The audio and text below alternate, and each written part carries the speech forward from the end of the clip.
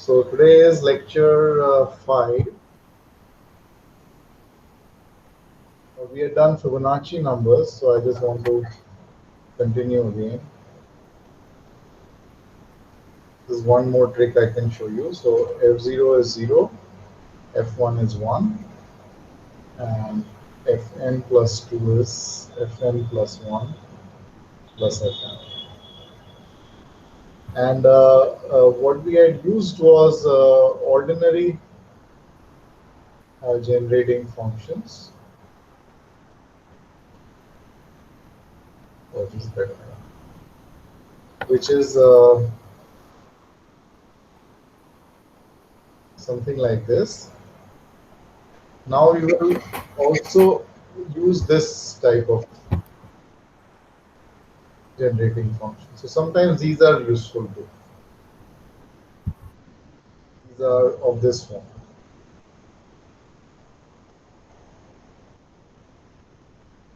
So they have an extra factor of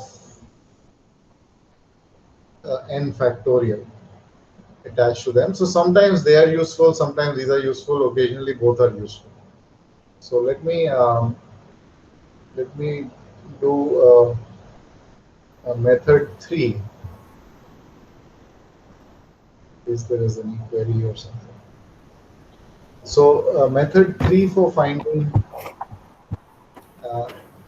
the formula for the Fibonacci number. So a lot of mathematics is actually contained in the Fibonacci numbers, the basic parts of it, and then people have extended those ideas thematically.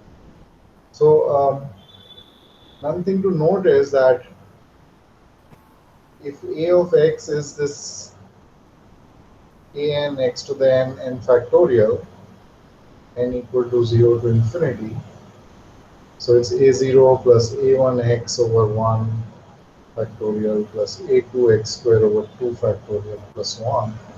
Then if we take the derivative, essentially we get a1x a1 plus a2x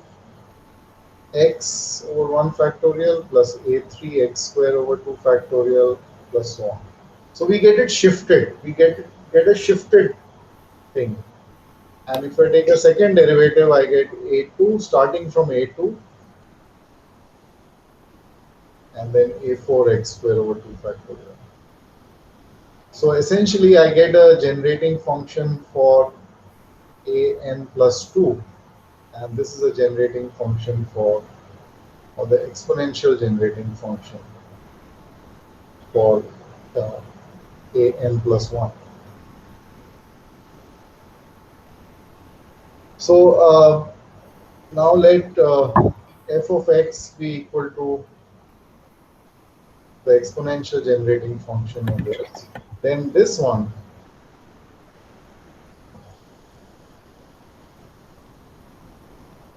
this translates immediately into f double prime of x equal to f prime of x plus f of x. So one advantage of the generating function, exponential generating function, is you can immediately write a differential equation. Now, of course, you can multiply or whatever, but this observation makes it clear. So this follows from star.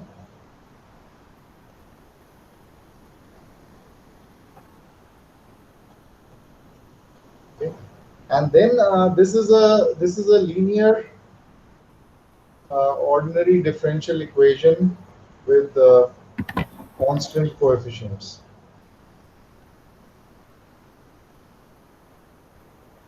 So one can, solve it. So we try. So one solution is of the form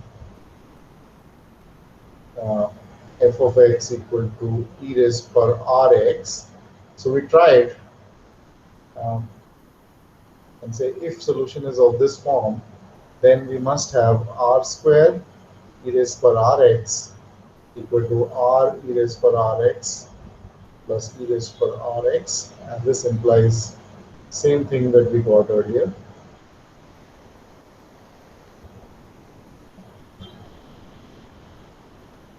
So this implies that r square minus r minus 1 is equal to r plus or r minus, same thing we got last time. This was 1 plus square root 5 over 2. This is 1 minus square root 5. So we got the same equation, and the general solution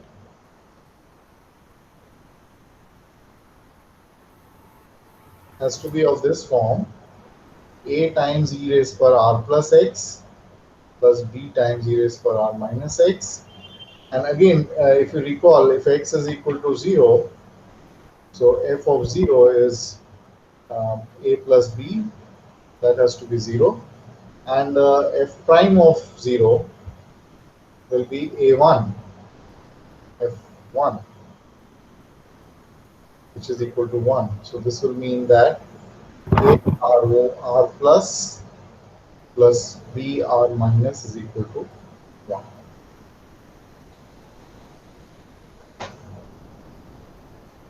So it's the same equations actually that we got, and last time we solved them, and we got a equal to 1 over square root 5 and b equal to minus 1 over square root 5. So this we solved last time. And last time is right here. So f of x is equal to 1 over square root 5 e raised per r plus of x minus e raised per r minus of x. Right? And we can write it as we can expand this. So summation r plus raised per n x raised per n over n factorial, n going from 0 to infinity, minus summation r minus raised per n x raised per n over n factorial, n equal to 0. And this side is, of course, fn x to the n over n factorial. So this implies fn. So compare coefficients of x to the n over n factorial, and you will get your formula: r plus raised per n minus r minus raised per n, which is what we got earlier: 1 plus square root 5 over 2 raised per n minus.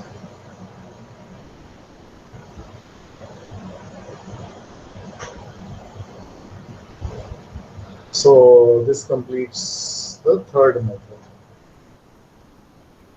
And it's the same thing as we got earlier. So any questions so far on this technique? Professor, we can say this because it's unique on boundary conditions, right?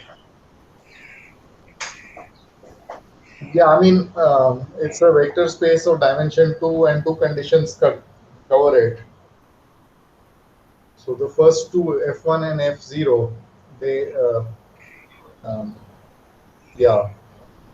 So I don't recall exactly what the theory says, but essentially one sort of proves that it's a dimension 2 vector space, the space of solutions. And then you have some technique to prove that it is that these are linearly independent, and since they cover the whole thing, it has to be that. So it's a linear combination of these two guys, and then you sort of determine A and B, so it has to be this one. All And right, then Professor. the uniqueness follows from the linear independence of things. So yeah, I don't remember exactly what, but this is sort of part of the ordinary differential equations theory. All right. So And did you have a course ever in differential equations? we did. Me and Preetham took it last semester. Like we are scheduled to have it next semester. Okay. So then hopefully you will get a more detailed view. But I mean, essentially, intuitively, this is an easy problem. So I can talk about this a little bit. Intuitively, you want a function which is, when it's linear with constant coefficients, then essentially, if the coefficients, I mean, you want the function and its derivative to be essentially the same thing. So if that is the case, it has to be e raised per something. And then what should E be to make sure that this plus this is equal to this? I mean, the coefficients work out. So you start with this guessing that the solution is of this form. And then if you do get distinct roots, then you prove that if the roots are distinct, then you prove these give the. So there are cases, distinct roots. You give you prove they are linearly independent. I mean, so there's some technique to do that. I mean, linearly independence is there's something called a Wronskian, which helps you decide that. And once they're linearly independent, then you know that this whole space is basically two-dimensional, and then it has to be a linear combination. And if you can determine the coefficient, that's it. Right. So that follows from that theory. All So right. similar theory for difference equations, actually. Very, very simple.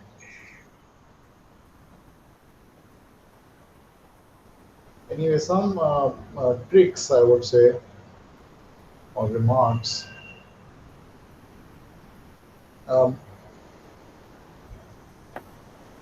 so this we already saw. Suppose AX and BX are ordinary generating functions.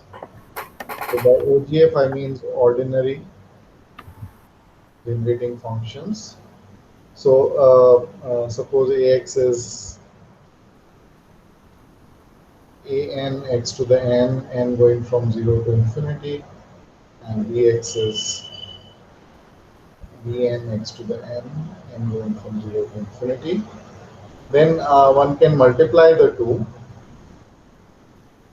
and we get um, n going from 0 to infinity, and k going from 0 to n, and x to the n, and here you get ak bn minus k. So this is called Cn.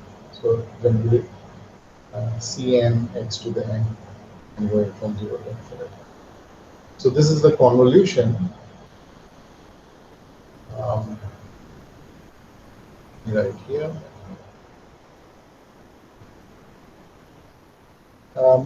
So this we saw last time, and this is also called the Cauchy product. In the Rudin, I think we should do that. So suppose now AX is a exponential generating function. Then what happens? That's the point.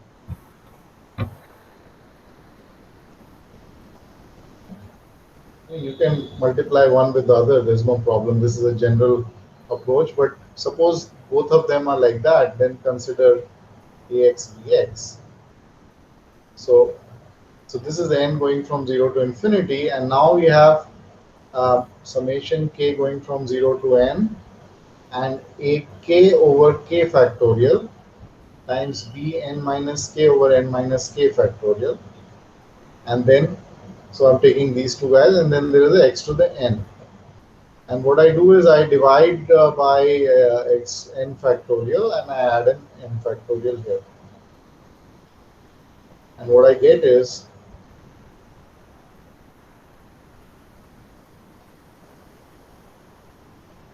n choose k, a k, b k, b n minus k, and x to the n over n factorial.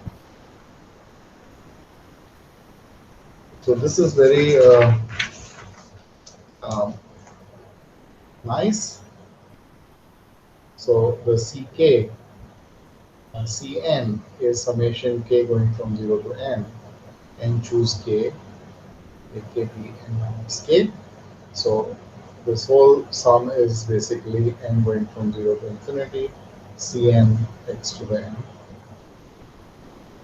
which is, let's say, the exponential generator. So this convolution is a binomial convolution in some sense, and this is very, very useful to know this idea. This is a key idea why these guys are useful. So then I have a C, a special case which is also useful. Suppose I do 1 over ax, 1 over x. summation a, k, a n x to the n. So 1 over 1 minus x is basically x to the n going from 0 to infinity. And this is a n x to the n going from 0 to infinity. Now the convolution becomes basically a0 plus a1. So all these terms are 1 plus an x to the n. So this is Professor, the, 1 upon 1 minus x, how is that n running from 0 to infinity exponent? this guy. Yeah, Okay, I know. So this is the sum. So yeah, this is what this was my coincidentally in my calculus class today. You just do polynomial division and you get. uh, okay. So this Got is it. a geometric sum. Yeah. So one proof is as follows.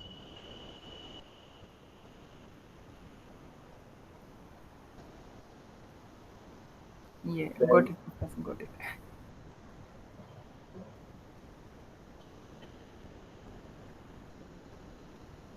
assuming you can cancel all these things.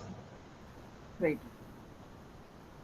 So yeah, and then you mentioned that you can divide 1 by 1 minus x. Get uh, this thing. Mm,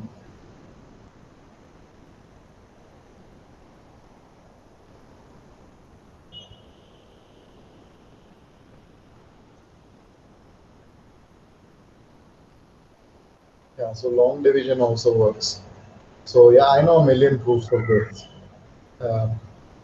1 over 1 minus x. It's the most useful thing. So there are other tricks. Um, uh, Let me say that there are, to close the remark, there are a few other tricks mentioned in the book.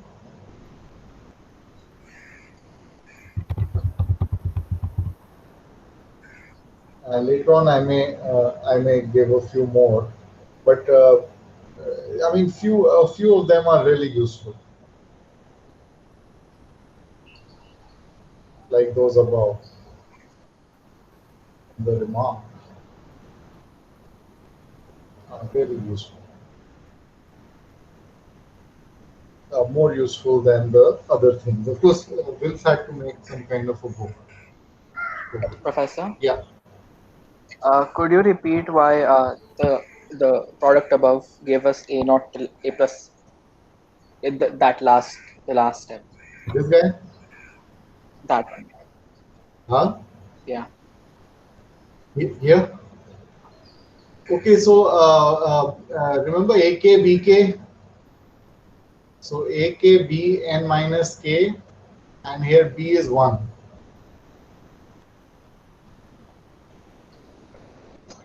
Right.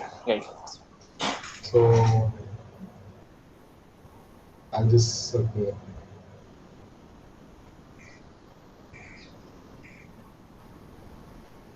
You get it? Is that, is that okay, Yes, Pratik? Professor. Yes, Professor. Yeah, Can yeah. you hear me? So any other questions so far? Okay, so let's begin the next topic. The next topic is set partitions. So you already saw in the homework something very closely related to these. So we'll do the connect at a later stage. But these are also called Stirling numbers of the second kind.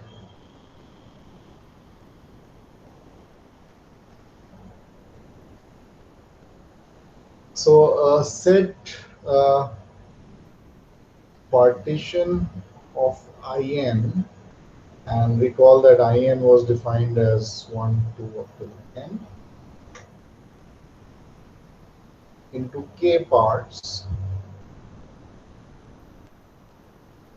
is a collection B1, B2, BK of subsets of K such that yeah, okay, so union BI is equal to IN and BI intersection BJ is equal to BT for I naught. And when n so non-empty subset, so BI are non-empty. Actually, I can just write it here.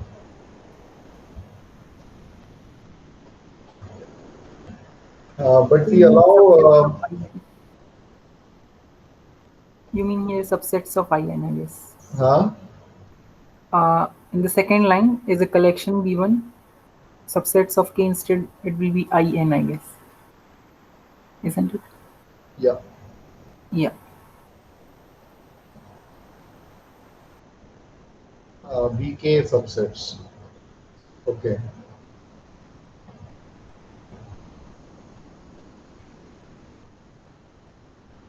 Okay.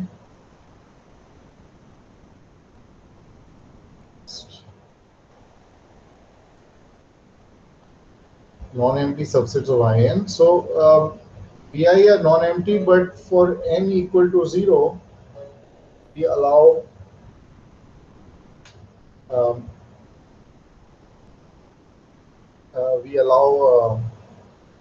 an empty collection.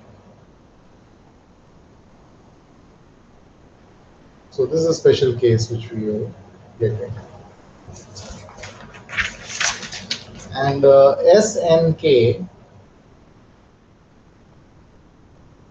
is the number of this set partitions.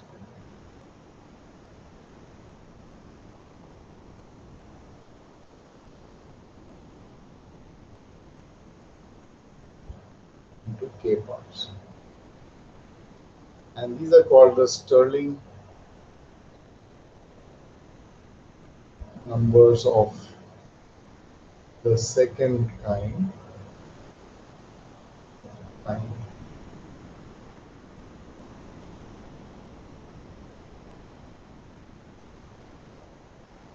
And they are also denoted in the book like this. So this is a notation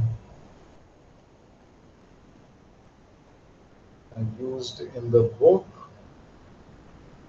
and this is due to um, Graham, Knuth, and Petashnik. So they wrote a book called Concrete Mathematics.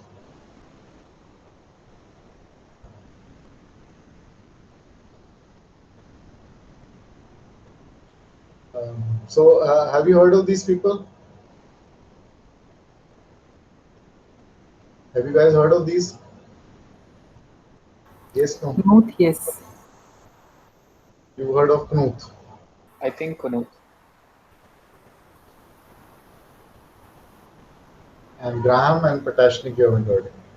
So, well, Petashnik was a student of theirs. He wrote BibTech. Knuth wrote Tech actually, and LaTeX and Basic Tech to type his books. And the main thing that he's done, or he continues to do, he writes these books called The Art of Computer Programming.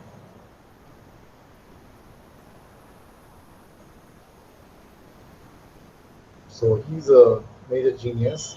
Graham, he recently passed away. He was an amazing guy too. He was president of the American Math Society and president of the American Juggling Society too. So they've written a book, and this book is about the mathematical preliminaries of computer programming. From this Knuth's book. This is like a if you I mean yeah, not many people have read it.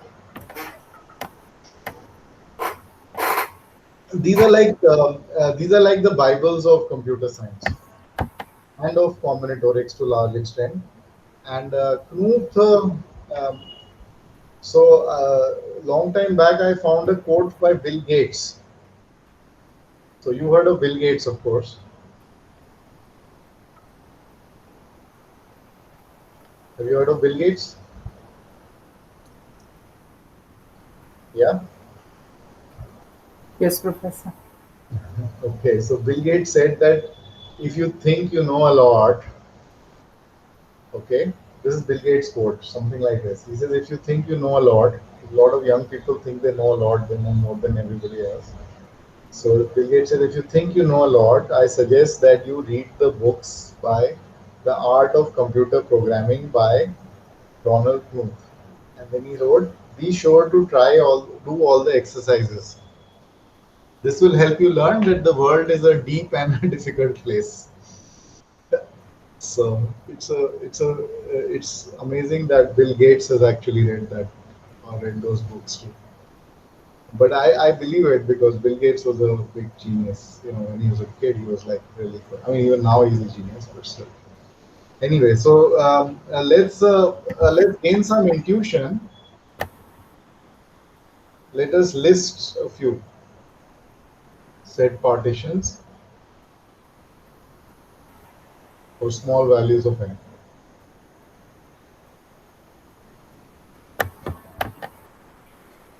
So this I always do whenever I see something new. And if I'm interested in learning what it is, I try to list them.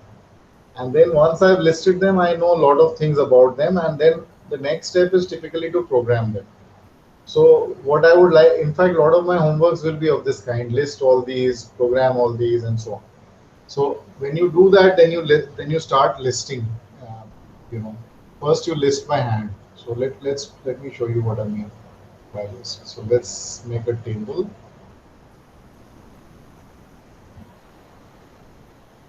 And I'll start needing more and more space very soon. So let's just go few. So when n is 0, then there is and k is 0, it's just an empty partition. That is by definition, there's only one empty partition, and which I'm denoting by an empty set, even though I don't like to include empty set. So there is no empty set, so there is nothing here. And so n is 1, so in is just 1. So number of parts would be is 1. So this is all there is. There are no two elements, so this has to be 0. This has to be 0. So remember what we are doing is we are trying to write all the parts.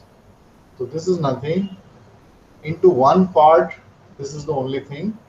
Into two parts, you can write these two sets. There's nothing in 3, and there's nothing here and nothing here.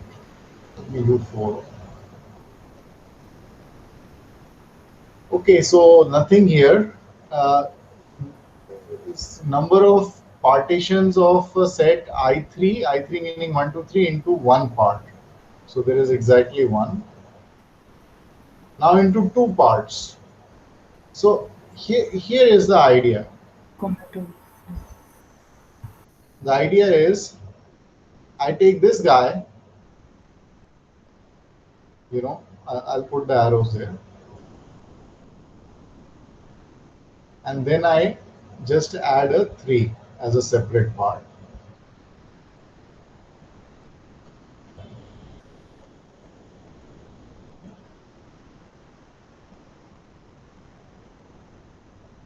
So this comes from here. And then what I can do is I can add a 3 in any one of these two sets.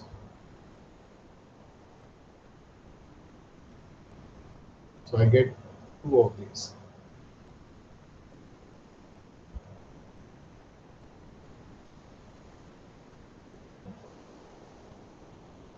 Maybe I need a bigger space for 3.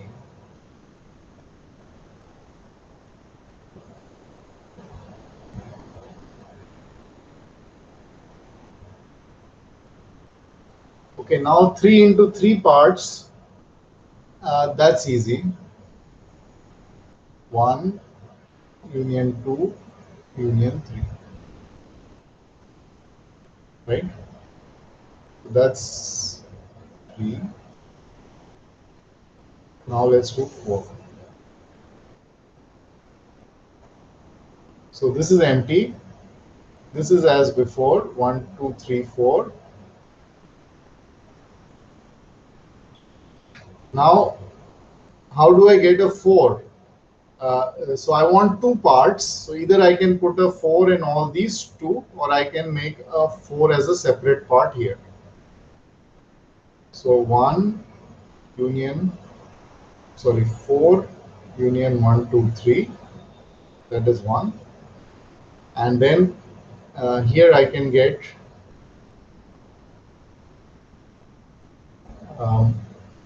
for each of these 1, 2, 4 union 3, or 1, 2 union 3, 4. Yeah, so from here I get these two.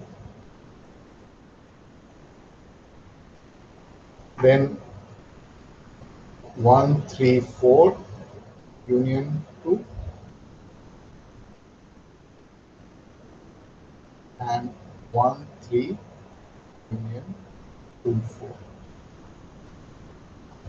So this guy gives me these two guys. And finally, I get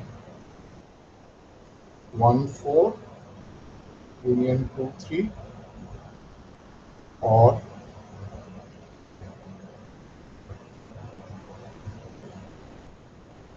1 union 2, 3.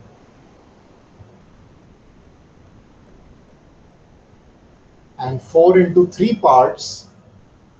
So I can put from each of these guys, I can put 4 as a separate part. So I'll get 1, 2 union 3 union 4.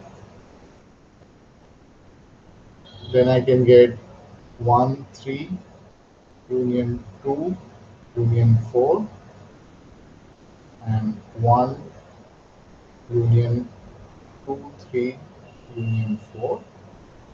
So this I'm getting from here.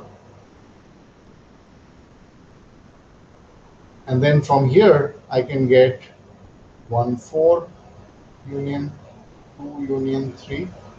So do you see why I'm doing this? So I need to keep 3 parts. So here it's already got 3 parts, so I can put a 4 in any of these.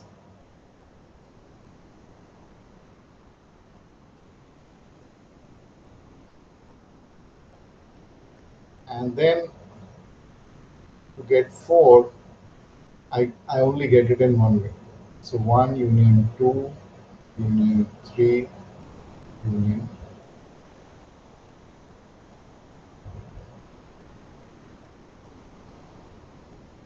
Okay, any questions?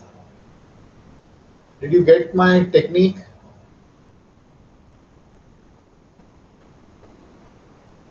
Is the listing clear? How to list? Yes, Professor. Okay, so we immediately have a proposition. And the proposition is that S and K. So what I do is I go one step previous. So N minus 1, K minus 1. And I add, for each of these, I add an extra N. And for the guys who are just above me,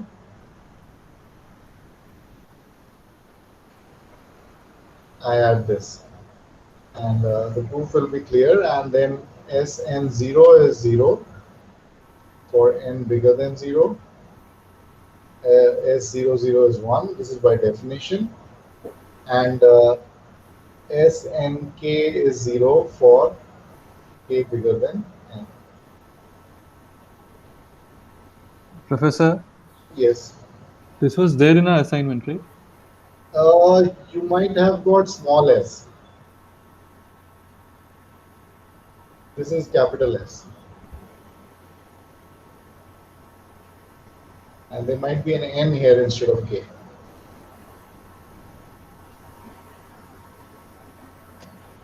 I mean, I can check.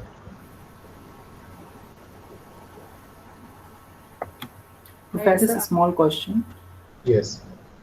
Suppose when we are listing, I was just thinking, like for 4 elements, when we have to divide into two parts, why is it not same as like choosing 2 elements?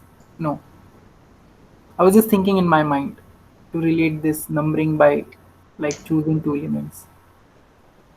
So why wouldn't that not work? It works. I mean, some way of listing we are trying to find. Okay. So I found one way of listing it in something else. So it's a good idea to check it out.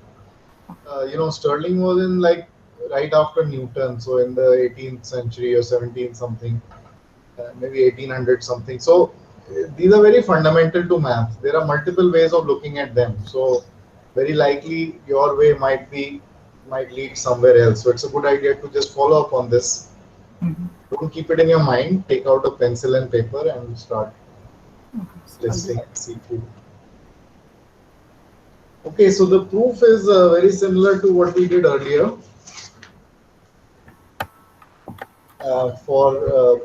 So SNK is the number of partitions of n into k parts, and put these into two buckets.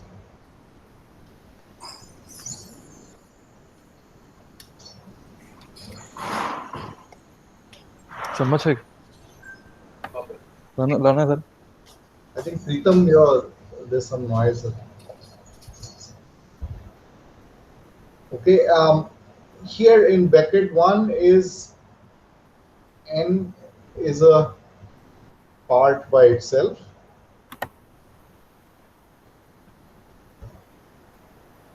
So um, these were the ones which were coming where the rest was uh, the rest was a partition n into k minus 1 parts.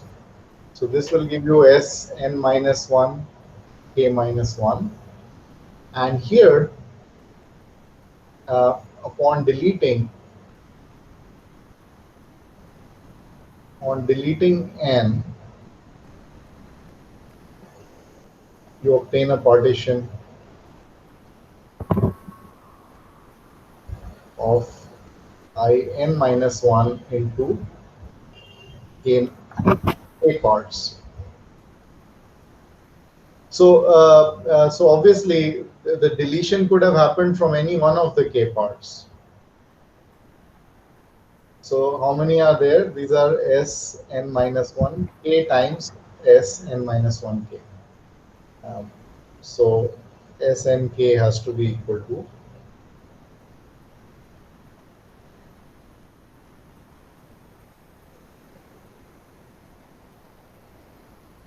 So yeah, I think maybe I'm pretty sure, but we did in the assignment we did small s, Yes, Professor, I checked. and this is n. This is n instead of k. N minus 1. It's n minus 1. So almost n.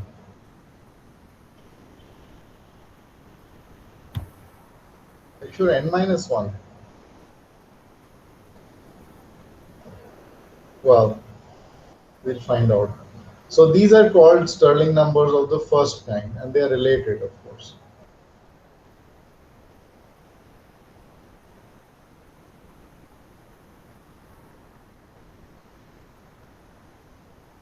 And um, Stirling considered the second kind first, actually. But anyway, so this is remark in your homework in A1. Yeah. Okay, so anyway, from here, from this Pascal type recursion, we can make a table.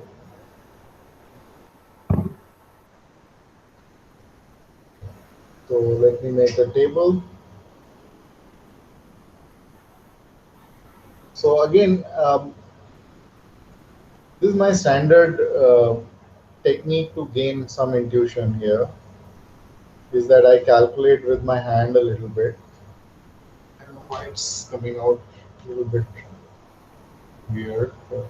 I mean, the whole point of having squares. Let me just, I'll put lines later maybe.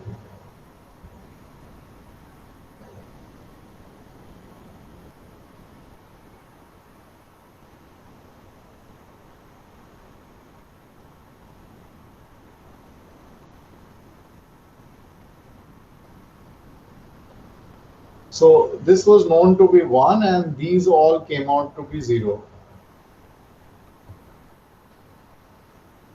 And this was 0 all over here. And here, if you recall, all of them were 1. I mean, we are using these guys.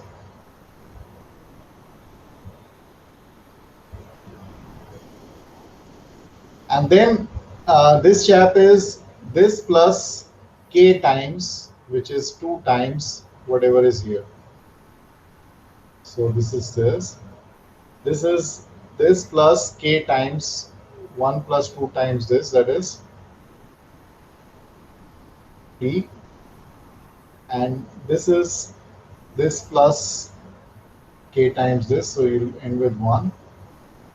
This is 1 plus 6, that's 7. So 1 plus 2 times this, and this is 3 plus 3 times this, so that's 6. And this one is going to be 1 again.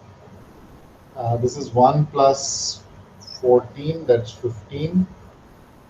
This is 7 plus 12.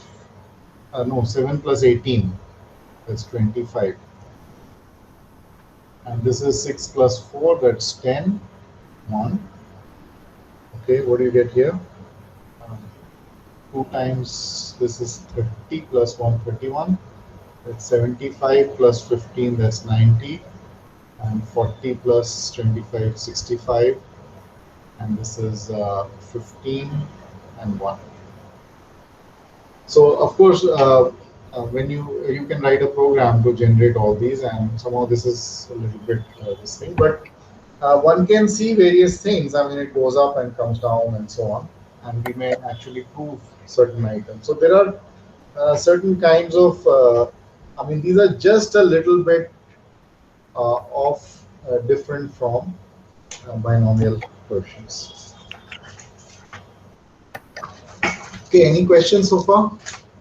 I can tell you one thing, that my only interaction with computer science, there are 3 items which I've done in computer science. Number 1, I took 1 course in programming. Actually, I took 2 courses, but I mean, I'm not counting the first one. It was Fortran in IIT. Second was in the US, in some language. The second was I took a course in algorithms in the, again, while doing my PhD, and then I got then I didn't do anything. And the third is that I taught algorithms in Delhi University, where I learned the term dynamic programming, and I taught from the same book, so which I learned 20 years ago. So it was kind of fun. That's all I've done. So I know the word dynamic programming, but very little beyond that. Anyways, so if there are no questions, we go on to the next thing. We look at generating functions here. And here there is an interesting thing which is happening, that one can look at, let's say, ordinary generating functions first. We can look at 2 types of generating functions.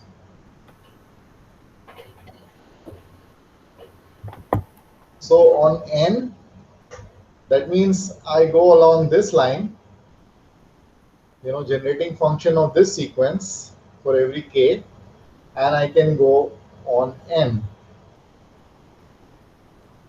along rows.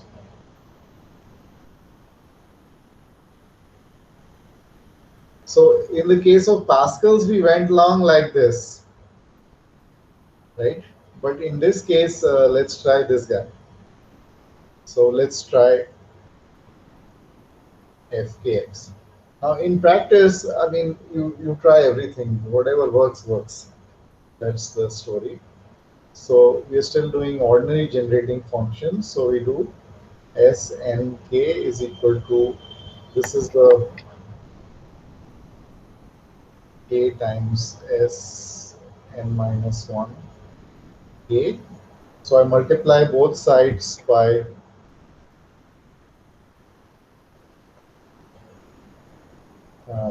x to the n and sum over.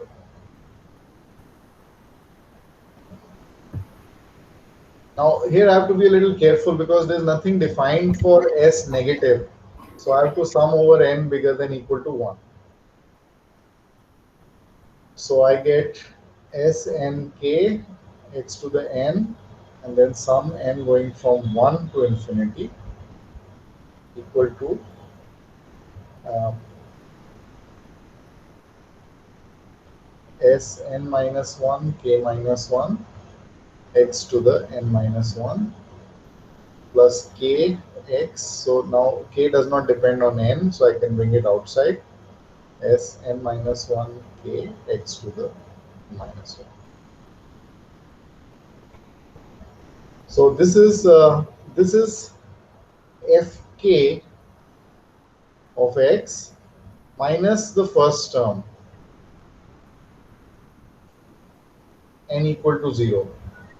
Oh, Professor, Yes.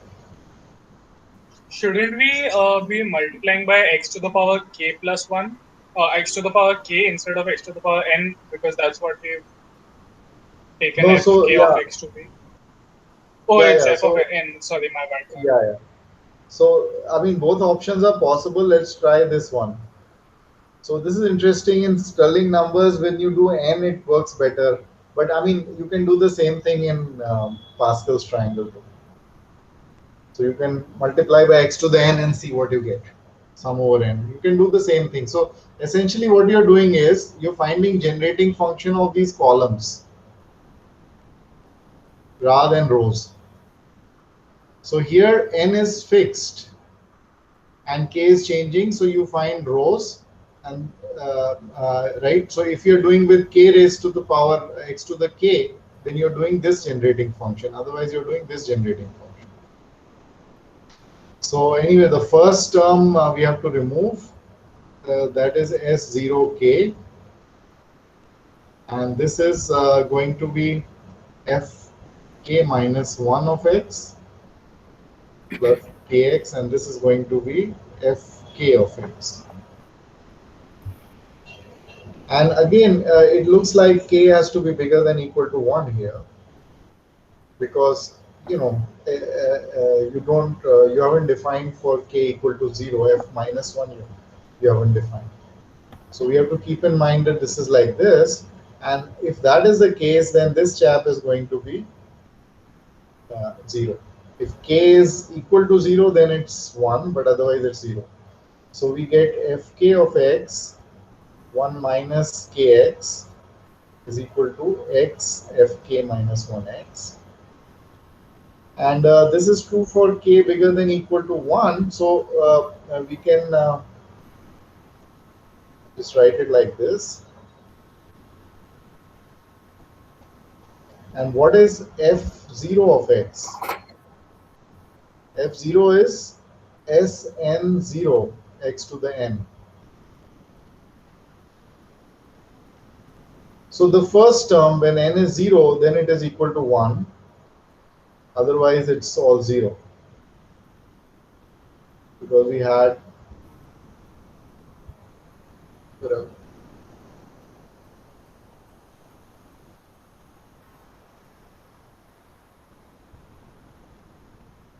this guy.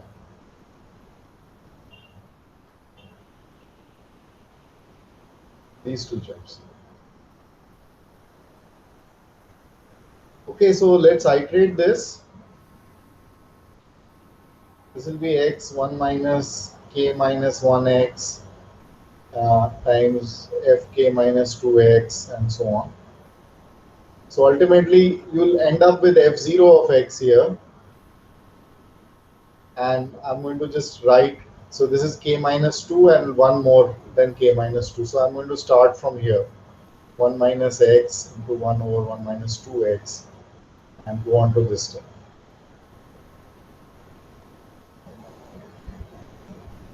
So this is of course 1, so we have x to the k, 1 minus x, 1 minus 2x.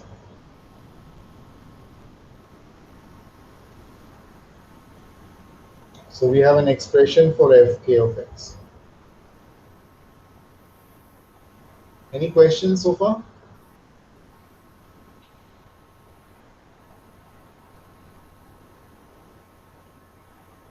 Any questions? Okay, so we've got an expression now. How do we get Stirling numbers calculation? So Ayush, I don't know, were you there in my calculus class today?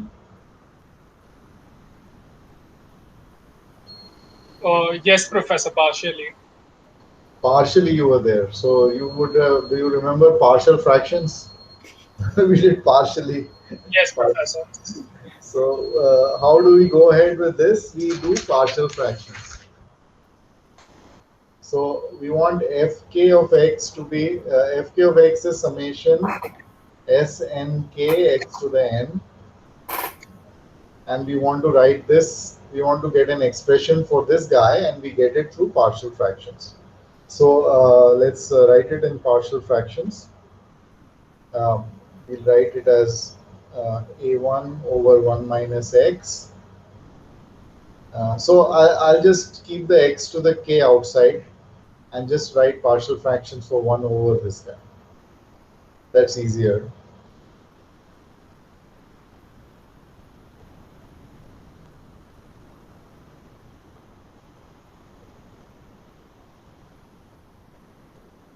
So let's do this separately.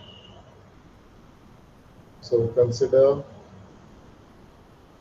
1 over 1 minus x, 1 minus 2x, and so on up to 1 minus kx. This is equal to a1 over 1 minus x. So what do you do in partial fractions? You basically you multiply both sides by, I mean for some r, to find r, you multiply by 1 minus rx and then take x equal to 1 over r to get rid of all the terms, and you just get 1 remaining. So here you will get ar on this side, and here you will get, so you're replacing x by r, so you have 1 minus 1 over r, 1 minus 2 over r, and so on, up till 1 minus r minus 1 over r. And let me correct that. So this is r minus 1 over r. Then 1 minus r, xr has disappeared. So you have other terms, 1 minus r plus 1 over r, and so on. K over r. Right, so let's see what this is. This is r is going on how many times? There are k minus 1 of these, so there is, this will come here. Then you have r minus 1, r minus 2, going on up till this point. This is r minus 1, so 1. Then this will give you, this is one part. This will give you minus 1, minus 2, and it will give you up till minus k minus r. So this is equal to r to the k minus 1 minus 1 raised power these many k minus r's. Then you have r minus 1 factorial and k minus r factorial. So I'll just multiply by r. Professor, Yes, this was equal to AR. yes, yes. The Uh, rth term.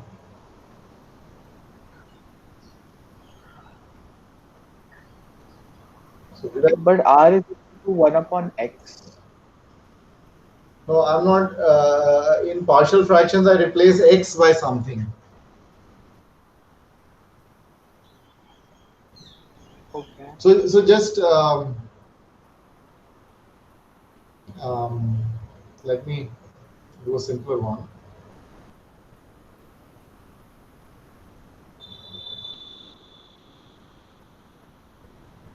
So what am I doing? I'm multiplying. I want this guy. So I multiply both sides, and this is 1 minus 2x. So I multiply both sides by 1 minus 2x. So I get 1 over 1 minus x is equal to a 1 minus 2x over 1 minus x plus b plus b. Now I put x equal to 1 by 2.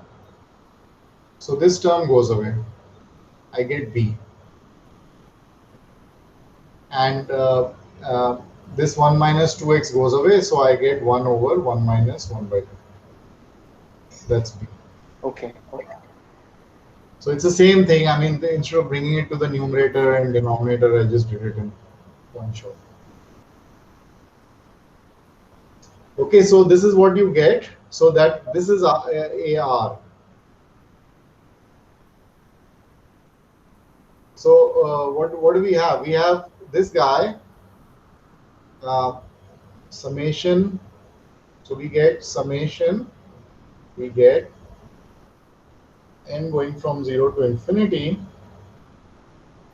snk x to the n is equal to summation over r 1 to k. AR is this guy, minus 1 raised per k minus r raised per k, right? R factorial, k minus r factorial. This is AR, and then I have an xk, and I'm dividing by 1 minus rx.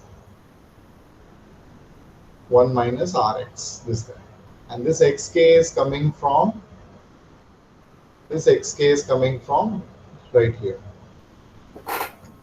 And so there was an AR over 1 minus RK. This term is coming right here. AR is this term. Is that clear? Is that okay? Is that okay? Yes, Professor. Yes, Professor. Okay, good.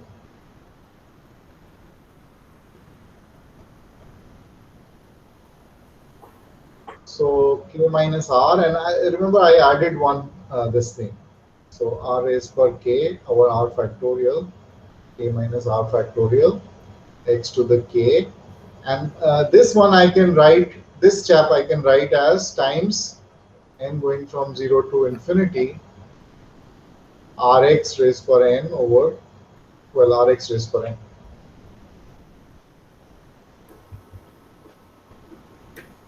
And there is an x to the K. Yeah. So now let us compare coefficients. I mean, this is doing pretty much nothing. I mean, just you can, well, let me write it down.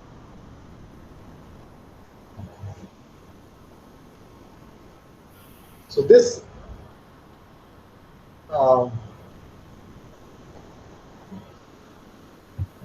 this n is sort of independent of everything here, right? This has got nothing to do with this thing. The only thing is there is this r here, right? This n is independent in some sense. So I can go from n going from 0 to infinity, and then I can have an r going from 1 to k minus 1 raised to k minus r, and then this r is k plus n over r factorial, k minus r factorial, and then I have got an x. So k, there is nothing about k here either. So it's, I mean, the indices don't have, so this is n plus q. It's this. Is this clear? So r raised per n I have absorbed here, and this is what you get. So now, if you want to compare coefficients, we can compare coefficients. So compare coefficients now of um, x to the n. So here I get s and k, and here I want n plus k, so I replace n by n minus k essentially over here. So I will get r equal to 1 to k minus 1 raised to k minus r raised to n, r factorial, k minus r.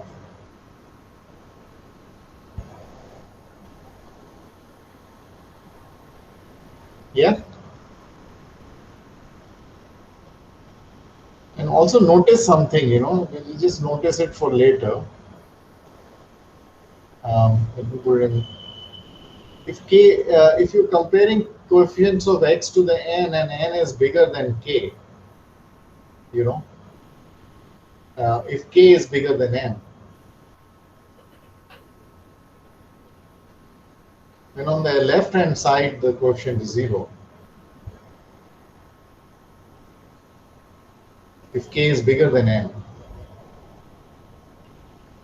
right? Because Sn whatever, and here also if k is bigger than n, then it must be 0. So must be 0 on RHS2. And also you notice another thing, I'm just going to write this in also.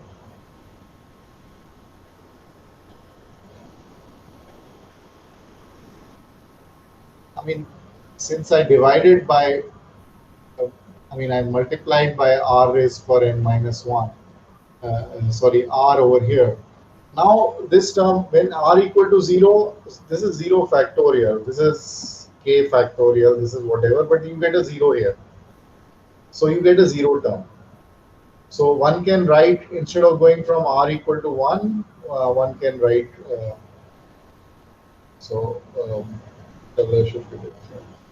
in case of, instead of r equal to 1, I can go to r equal to 0.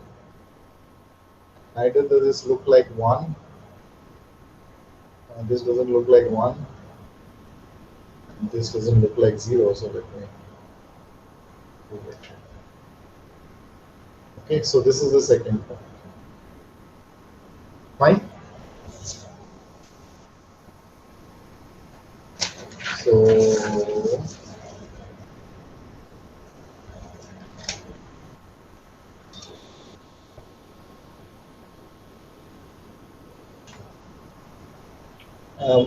so this is our result. If k is 0, now let's see what happens when k is 0. Then I get 0. So k is 0, then I get 1 here, and it's 0. So this checks out for n bigger than 0. So this whole story was for n bigger than equal to 1. This whole story was n bigger than equal to 1, and we had n equal to 0 separately. So we have to keep this in mind. But let's see what happens if n is also equal to 0. Well, if n is equal to 0, then this term becomes 1 actually. So it does work formally,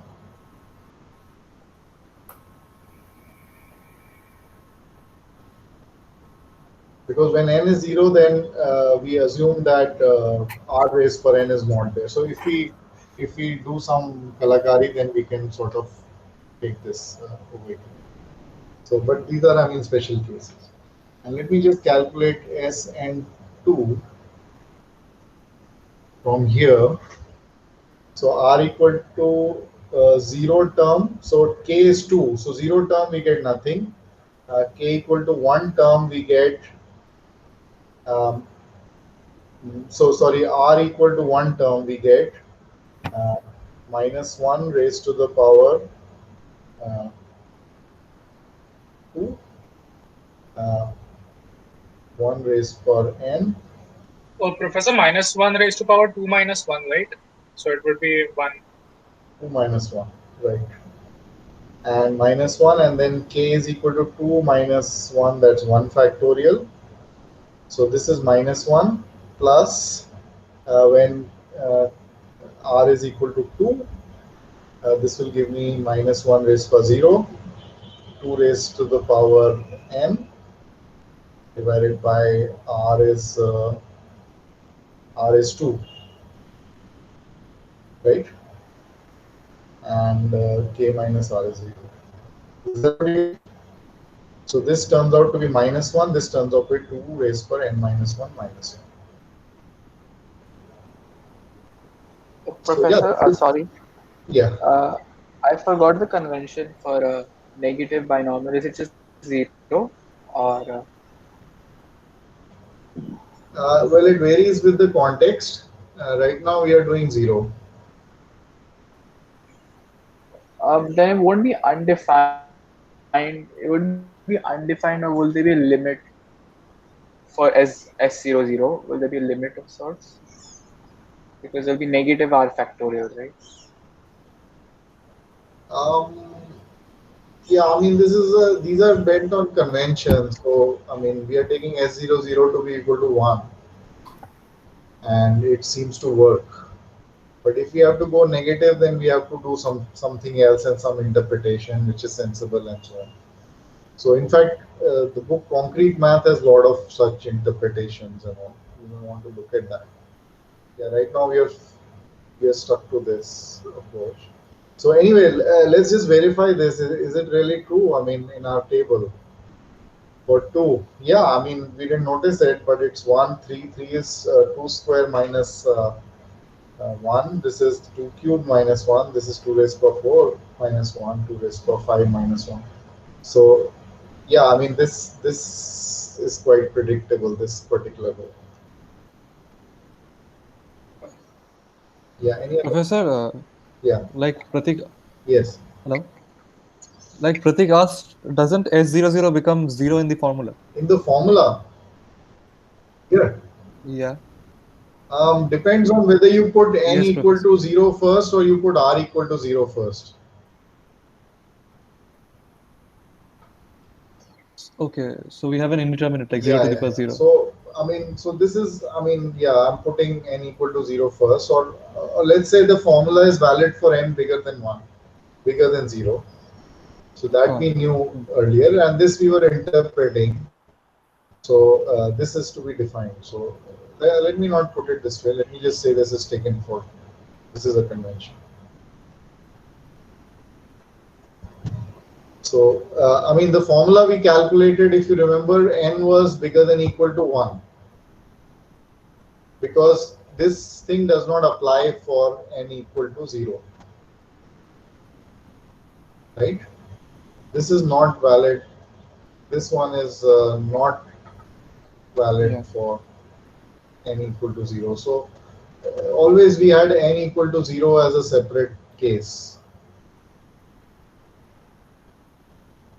Okay, I mean, this worked till k bigger than equal to 1. So we could go for k going to equal to 1, and in that case I'll get a formula for f0. So it worked, and so on. So one has to be a little careful of these endpoints, and the best bet is to take some special values and see you're not missing some. Okay, any other questions?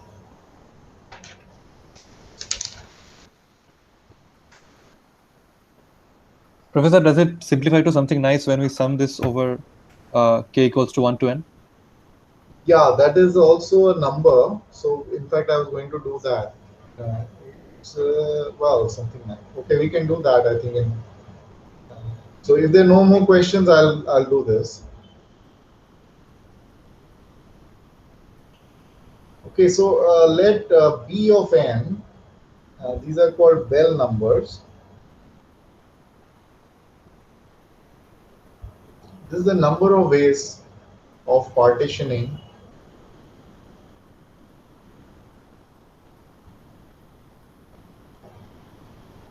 um, a set into different parts. So this is essentially, these are called Bell numbers. Have you heard of E.T. Bell?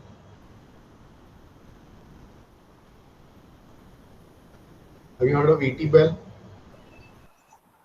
I think so. I Yes, I think think so. so. Not sure. There's a lot of So bells. he, which is called Men of Mathematics. And of course, all women in mathematics don't like this idea, but the book inspired many people. Um, and he did mention one woman, I mean Sonia Koleski, and he has a little fanciful biographies. Now people are saying that maybe it wasn't true that Farma went for his duel and died and so on. But all these legends were started by E.T. Bell, so I think they're named after him. Maybe I think they're named Oh, after him, but I'm not 100% sure. Yeah, Ayush. Professor. So when Yeah, you sum this over K, won't you just get the number of all partitions for N? yeah, yeah. So this is what we want. This is Bell numbers, and we define b0 to be equal to 1, taking s0 to this. So yeah, I mean we can calculate some of them. Where is our table? Yeah. So B's. So this is 1. This is 1. This is 2. This is 5. This is 15, and so on. So these are the numbers. First few 1, and then the rest are what is it? 1, 2, 5, 15. This is from the table. Um, so we want to find that.